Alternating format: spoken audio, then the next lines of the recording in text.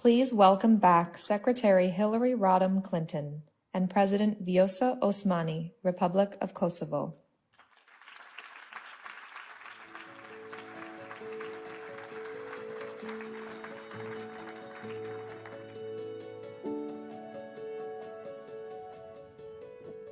Well, thank you so very much, Madam President. I love saying that, Madam President.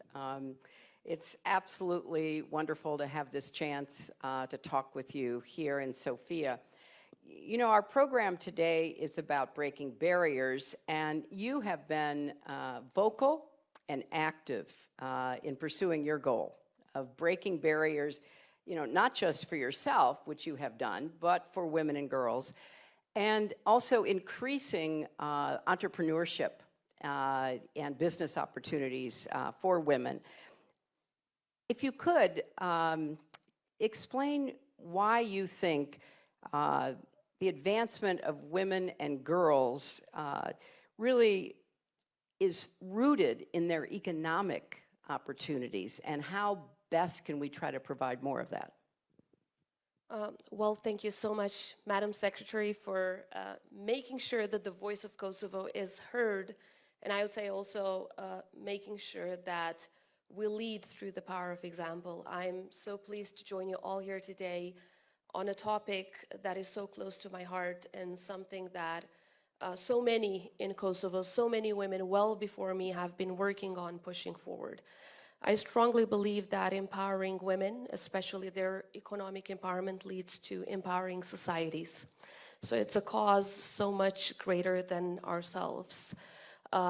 I have seen it throughout these past 25 years that I'm, of course, politically involved, but at the same time as a lawyer, as a law professor, and as an activist, most of all, how the more we empower women and girls, the more that resulted in the prosperity of all of the citizens. It has included, I would say, action on many fronts, but I would like to mention a few today, given the time constraints. The very first one has been making sure that our economic policies are reformed and directed in a way that include the contribution of women in the labor force. Because we have seen, not just in Kosovo, but of course, as the data shows everywhere in the world, that there's one simple way of making sure that we achieve economic growth and prosperity for all of our citizens, and that is investing in your human capital. Human, meaning including both men and women. So if you exclude half of your women capital, obviously also the economic growth will only be as half as much as you can achieve. So it's not just the right thing to do, as we've heard you say so many times, it's also the smart thing to do.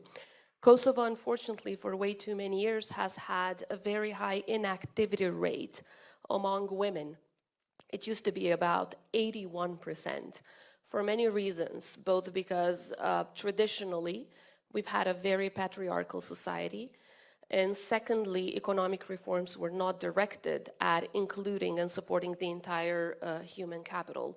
So the economic reforms were directed into incentivizing, one, the involvement of women in the political sector, because in that way you're part of the decision making in the parliament. Then, of course, the more women we have, and we have more than 30% right now, the more the laws and the policies that are adopted would be benefiting all of the societies. For example, of course, we have a legislative quota, but we also adopted a quota for the board of directors in the public corporations.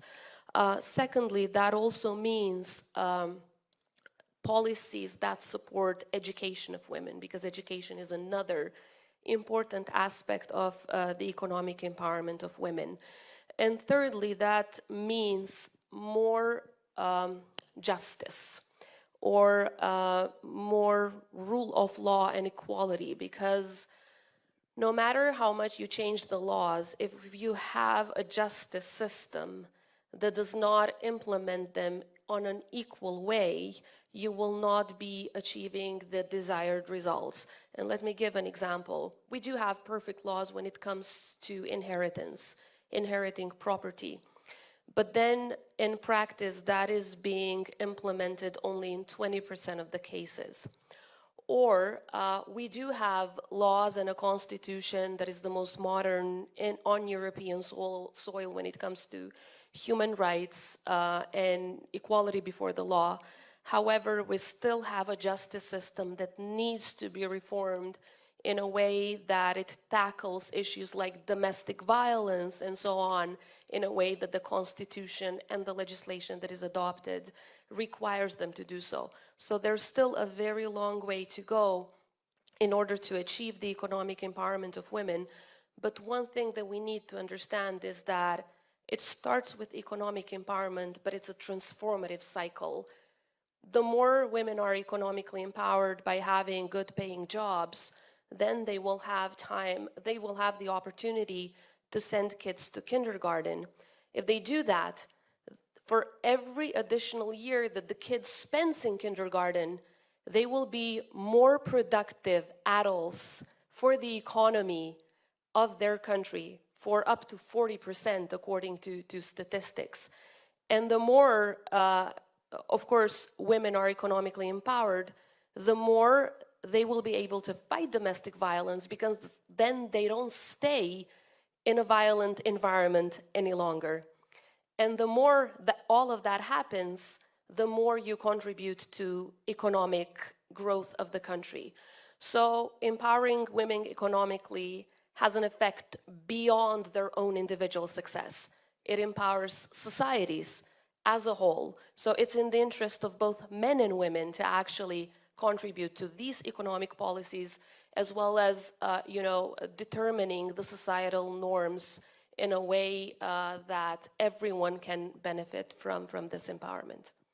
Well, I really appreciate the way that you made all of these connections, because a lot of people don't often do that, that there is a connection between economic opportunities for women and the advancement of the education of their children, something that is not often related one to the other. And the inheritance issue, the domestic violence issue, those are all impediments to economic opportunity and a move toward greater gender parity. So you are looking at ways within your country to make these advances. What are the obstacles you're facing? You mentioned one, the judicial system. And is it your opinion that part of the reason why the judicial system may not be responding equally to the needs or the claims of women compared to men is because of the attitudes of judges? Or are there structural and institutional problems in that system and other parts of the country? Because what you're describing is not just obviously unique to Kosovo, it's a much broader global problem. I would say it's both. So again, we're talking about a country that traditionally had a very patriarchal system, and that has been reflected in the institutions as well. So while we've been extremely successful in fighting these norms within the political system, and of course the society as such is becoming more and more emancipated every day, that doesn't necessarily mean that the system in its entirety has changed. So the vast majority of judges and prosecutors that have been appointed were appointed for life quite some time ago.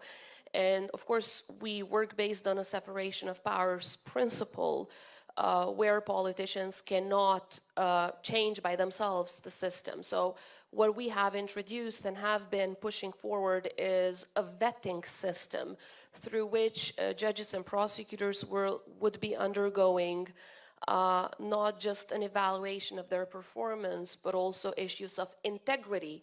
And one of the things that I've been insisting on is that when we evaluate integrity, we need to check at how prosecutors and judges have been tackling issues of equality, especially gender equality.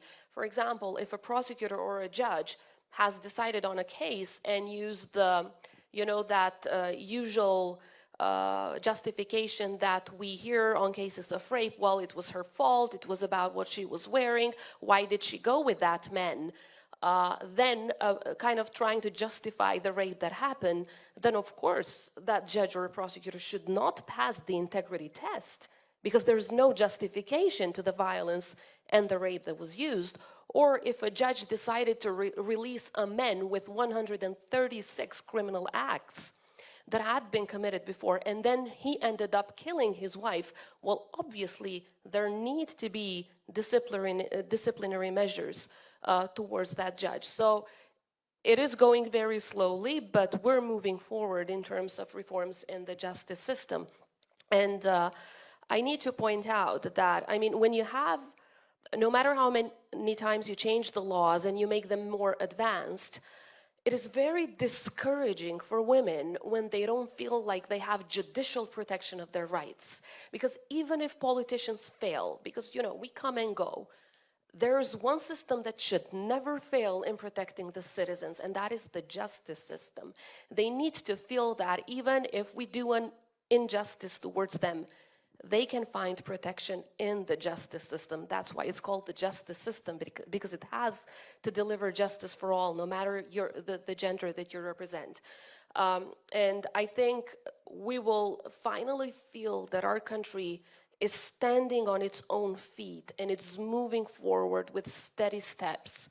The day when all of our citizens feel that that kind of protection is provided from the justice system. As we speak, in the latest poll, for example, the trust of the citizens among politicians is very, very high. It's almost 70%. But the justice system is very low. Normally, it should be the other way around, because it's normal not to have a very high trust among politicians.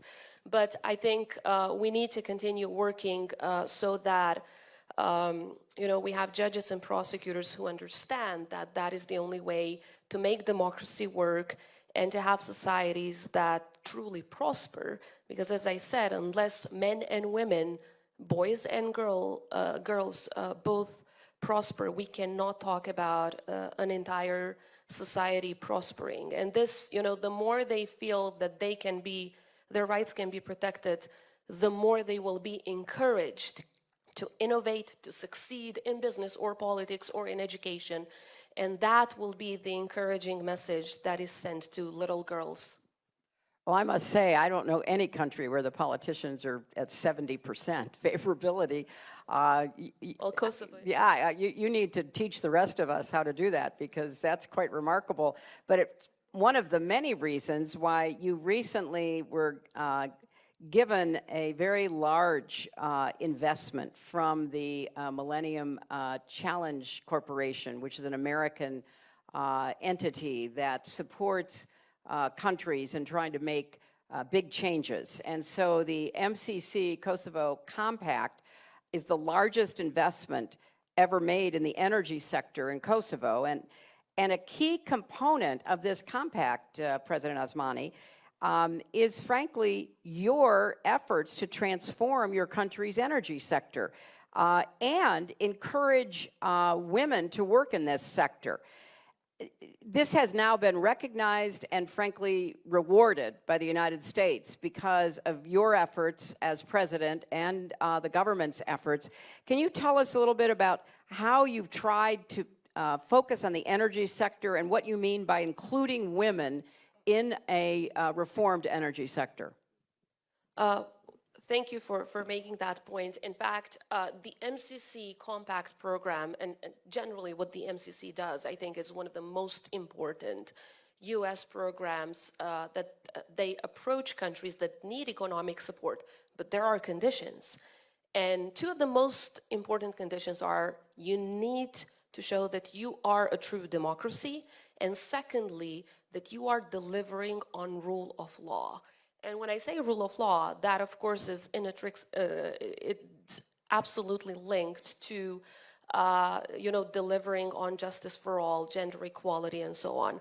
So we initially started with a smaller program, about a 50 million program with MCC called the MCC Threshold. And that was very much, among others, focused on educating young women in the energy sector. Now, for way too long, this sector has been kind of a men-only sector. And of course, we didn't see great results. Among others, Kosovo is very much heavily dependent on coal.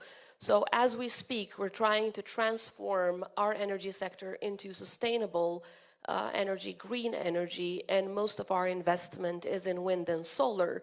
But to be successful on wind and solar, you need battery storage. And right now, through the MCC Compact project, Kosovo will have, by 2027, so in another few years, the highest per capita battery storage in the world because of this MCC Compact support.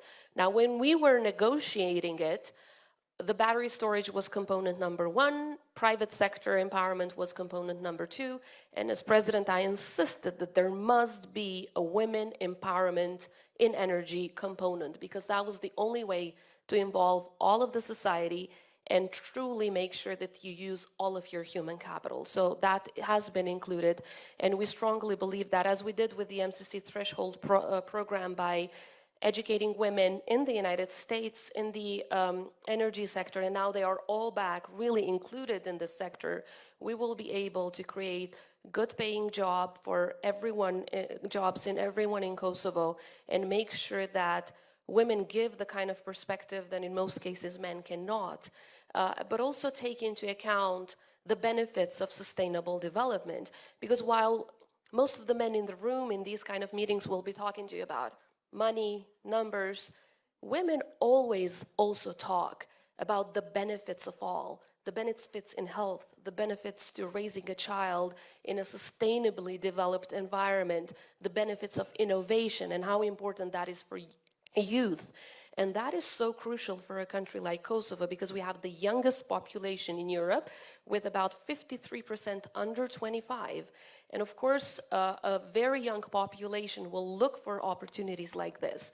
And these kind of programs have really changed the economic environment in Kosovo. Now we have a much higher number of women seeking for opportunities to study energy law and all kinds of, scholarships in the area of energy, and also bringing these new perspectives that are helping companies or the public sector grow. So I think it is very crucial that the US is supporting us in this endeavor. Well, it's a great example, not just of what's happening in Kosovo, but what needs to happen in other countries as well. I mean, the transition from fossil fuels to a much higher usage of renewable energy is not easy. I mean, if it were easy, it already would have been done, and it requires a lot of different inputs. And one of them is having a workforce that understands that knows how to deliver on it. Even in the United States, where under President Biden, legislation was passed, the Inflation Reduction Act, to try to make a huge investment in clean energy, and also the CHIPS and Science Act to make another huge investment in advanced manufacturing, frankly, to compete with China on semiconductors and other high-tech components. It was clear that you had to include women. We did not have enough of a trained workforce, men or women, to actually take part in this very new economic vision. So you couldn't leave out women and expect to get the workforce, the talent that you needed. So I think what you're trying to do, especially because of your heavy dependence on coal and all of the, not just climate costs, but health costs that brings. You know, I really want to just, I could talk to you forever, because you are doing such an amazing job in what you're doing. And I want to just mention quickly 2 things and have you comment on them. One is that you now are among the very first country that I'm aware of to take on the issue of online violence against women. This is a huge problem, but because it happens online, many people don't know about it, and they don't know about the constant harassment and threats against women in politics, in government, in business, in entertainment, every walk of life. You have taken that on, and I would really appreciate your telling us about how you're trying to track and reduce the online violence. And then last month, you convened the International Forum on Women, Peace, and Security that looked at a number of issues, climate security, but also conflict-related violence against women. So as we wrap up, President Osmani, if you could perhaps address both of those. These are global problems, but once again, you're in the lead in both recognizing them, talking about them publicly, which is not common, and then trying to address them. Absolutely. I think raising your voice publicly is key. And of course, we haven't resolved this problem. Quite the opposite. The more technology is advancing, the more online hate speech is also advancing. But what we're doing is, and of course this is not just me, but so many women in politics, civil society, women in the media, we're raising our voice and in a positive way pressuring security and justice institutions to immediately take action in these kind of cases. Because if we don't, there's a pattern. Those who start threatening you online and then nothing happens, that means emboldening them, and then they do it again and again and again. And at some point, it's not just online any longer, it turns into physical violence. So we've been taking this on by, one, publicly speaking about it and encouraging institutions to immediately act on this. And secondly, making sure that within the security and justice system, there are specific departments that are trained to deal with this and then efficiently dealing with this. Now, I've proposed that within the police, we have a specific department dealing with online hate speech and online violence only, because in this way, we can get to the preventive action that we truly need in our societies. Secondly, when it comes to the International Forum on Women, Peace and Security, I think, you know, the example of Kosovo is WPS in action. Whether it's about during our peaceful resistance or about our armed resistance, and then the peace building process, and then the state building process, and finally the democracy building process, women in Kosovo have been at the forefront of it.